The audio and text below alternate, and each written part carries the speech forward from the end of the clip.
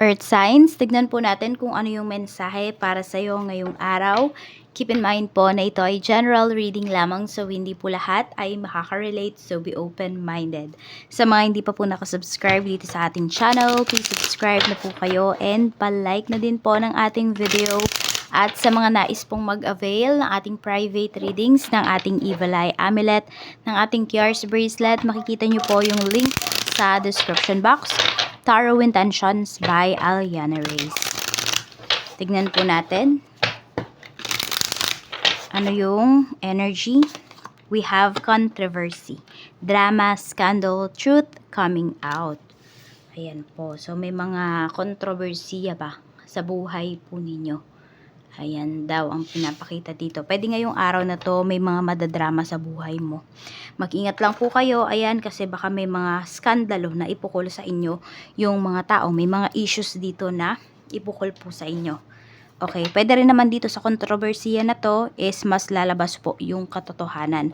Kaya kung may mga tao man po dito na may tinatago sa'yo, na sinasaktan ka ng palihim, okay, binabackstab ka, binetray ka, pwedeng malaman mo yan.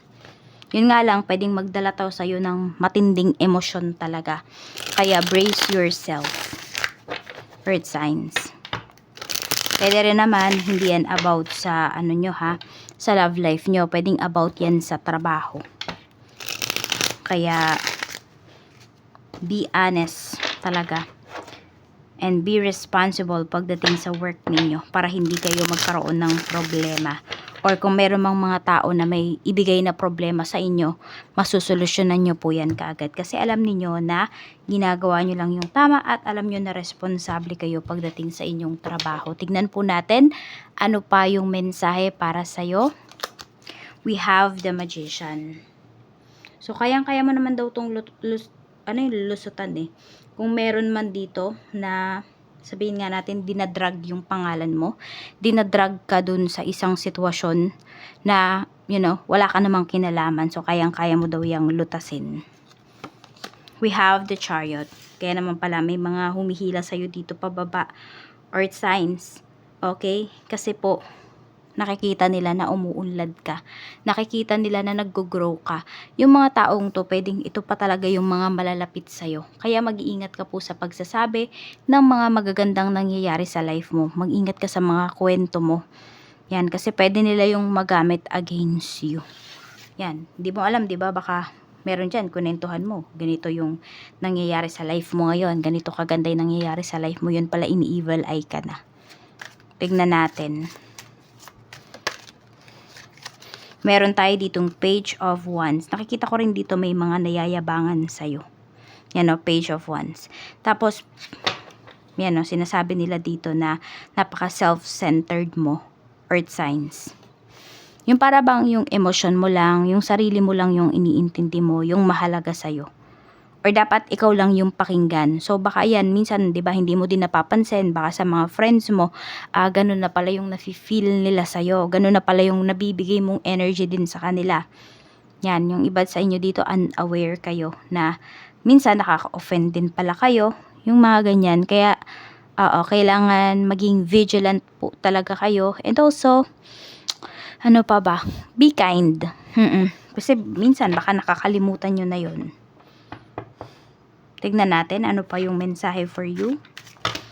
Ano pa po yung mensahe spirit guide. Tignan natin pagdating po sa family. Let's see, we have Page of Swords. Meron tayo ditong Page of Pentacles. So meron dito umiiwas po sa gastos. Ayan, so pwedeng family members niyan. Bakit umiiwas sa gastos? Kasi po pwedeng may nag-aaway dito pagdating sa pera. Or may issues about sa pera. So parang kung gagastos na naman ulit, dagdag issue na naman yon. So paghahanapan na naman. Kaya meron po dito nagtitipid as much as possible. Or kung meron man dito nanunuyo or merong pinapatago na pera, so pwede po na may tumatanggi na. Pwedeng ito pagdating sa inyong mag-asawa. So kung 'di ba? Kung yung asawa mo, siya yung breadwinner sa family niyo, siya yung provider sa family. So, ang nangyayari dito, pwedeng, di ba, nagbibigay siya sa'yo ng pang-budget. So, ngayon, ayaw mo nang mag-budget. Bakit? Kasi pinaghahanapan ka pa niya. Kahit na may mga resibo, ganyan, may mga pinapakita ka, may ebidensya, pinaghahanapan ka. So, yan. Pwede po na siya na lang yung paghawakin mo ng kanyang pera. Parang, ay, basta umiiwas kayo dito sa sakit ng ulo. O itong family member na to. Check po natin sa mga kasalumuha mo, sa mga friends mo. Ngayong araw, tignan po natin. We have 4 of Wands. May matatag na energy dito. Stable. We have the World. Mukhang may ikakasal dito, oh. Or meron kang friend na meron siyang karelasyon na foreigner. Ayan po. Or pwedeng madami ka lang nakikita earth signs na mga kunwari sa Facebook, nakikita mo, may mga afam, yung mga ganyan. Or pwedeng sa totoong buhay, madami kang nakakasalubong na mga kapwa natin na mayroon pong mga foreigner na kadil. 3 of Swords. Pwedeng ito, friend mo to, malapit to sa'yo. Pwedeng meron dito kukuhanin ng kanyang fiancé or asawa niya. Foreigner yung pinapakita po dito. Or meron dito, pwede rin naman hindi foreigner, pero pwede po na magmamigrate, aalis na. Ayan, meron ka ditong friend na aalis na. Mangingibang bansa. Yan po yung pinapakita dito. Or kung hindi naman yan mangingibang bansa, pwede po na aalis dyan sa lugar po ninyo. So, may mga pagbabago doon sa buhay ng mga friends mo. Ganyan. Tignan po natin ano pa yung mensahe. Pagdating naman po sa sana tayo sa kaperahan. Sa kaperahan, we have the Star. Tignan mo, may issue talaga dito pagdating sa pera mo. Pero sinasabi dito, kung meron man po kayong pera na nilalaban talaga, makukuha nyo po yan, mababawi nyo pa. Meron pa kayong mababawing kaperahan dito. Yung iba naman po sa inyo, okay, yan. Pwedeng bagong trabaho to. Makaka-recover po yung iba sa inyo sa mga financial losses ninyo. Ewan ko, basta parang may mababawi kayo dito. Yun yung energy na pinapakita. May mababawi kayo. Tignan natin pagdating naman po sa kung merong may utang po sa inyo, tignan natin kung magbabayad ba. Ace of Cups, magbabayad naman po. Ayan. Magbabayad naman yung nangutang po sa inyo. So, pwede ngang tutubuan pa niya. Sabihin natin, kaibigan mo yan, ang hiram sa'yo. So, pwede po na kahit hindi mo naman na tinubuan yung pera, ibabalik niya po sa'yo na may tubo. I mean, dadagdagan niya ba, ganyan. Kasi nahihiya to sa'yo. Tignan natin, ano pa yung mensahe pagdating naman po sa mga, kung kayo naman po yung may utang. Tignan natin kung makakabayad na ba. 7 of Wands. Okay, yung iba sa inyo, pwedeng may umiiwas nga dito kasi wala kayong pambayad, oh. Puro pag-iwas yung nandito. Hindi naman lahat sa inyo. Ayun, mahihirapan po kayo dito. So, pwedeng medyo magtagal pa yung inyong utang. Yan, kung kayo man po yung may utang.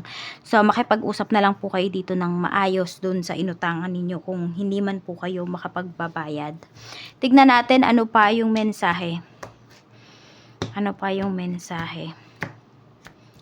Tignan natin. Pagdating naman po sa mga may binibentang property. 10 of Cups, mabibenta nyo po yan bago matapos yung buwan or bago matapos yung taon.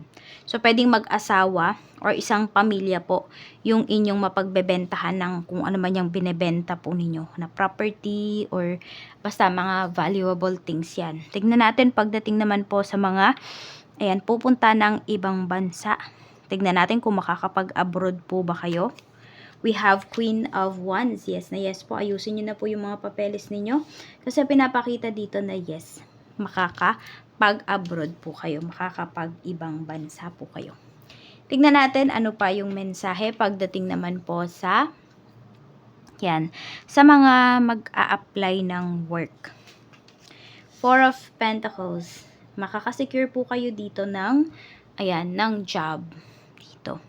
Kaya person nyo na yan. Yung iba lang sa inyo medyo nakukulangan yata kayo sa inyong budget. Kaya medyo nahihirapan yung iba sa inyo na mag-apply ng mag-apply. Try nyo po hanapin kung ano ba yung mga email address ng mga a-applyan po ninyo. In that way, pwedeng hindi na kayo pumunta doon sa office nila para magpasa ng resume. Yan, pwedeng isa yun sa mabilis na paraan. Tingnan natin ano pa yung mensahe. Pagdating naman po sa mga may current job. We have Queen of Pentacles. Ang ganda ng energy natin dito pagdating sa mga may trabaho. Eight of Cups.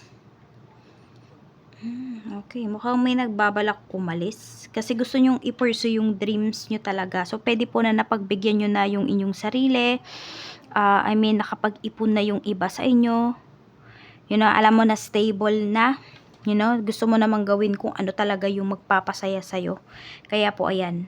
Pwedeng meron dito magre-resign sa work kasi gusto nyo na pong i-pursue yung matagal nyo na talagang gusto. Pwede po na nakapagpatapos na yung iba sa inyo ng pag-aaral, yung mga tipong ganyan. Kaya, ayan po. Tignan natin. Pagdating naman po sa mga may negosyo. Maganda yung pinapakita dito. Pwede rin naman na may new offer sa inyo.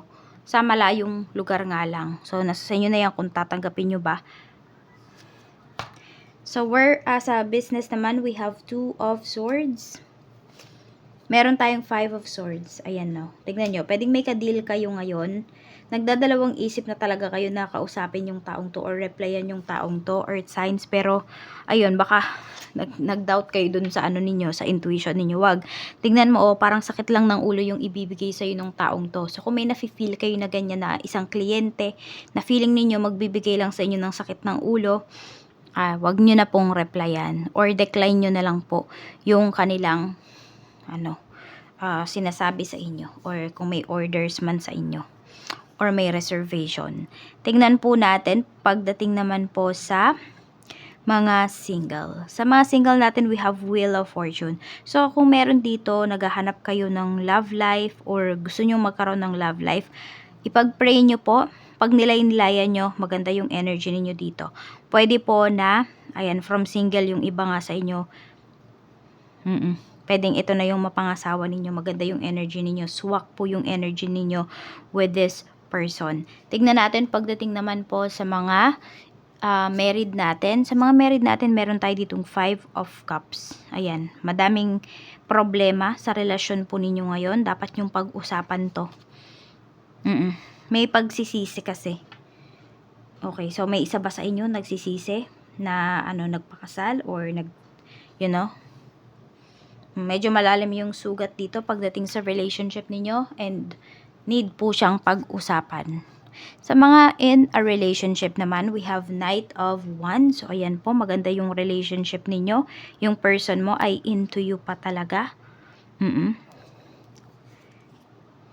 Hindi ko alam kung bago pa yung relationship ninyo, pero wag nyo muna agad-agad yan i-level up kasi mukhang hindi pa ready yung person mo sa usapin na ganyan, sa masyadong seryosong usapan. So, ang nakikita ko lang dito ay nag-e-enjoy pa kayo pa. Or dapat lang muna kayong mag-enjoy sa kung ano yung mayroon kayo. Tsaka nyo na pag-usapan yung about sa pagpapamilya, pagpapakasal. Kasi wala pa akong nakikita na dun gustong pumunta ng person mo. So, ayan lang po. Maraming salamat. Mag-iingat po kayo always and more blessings to come.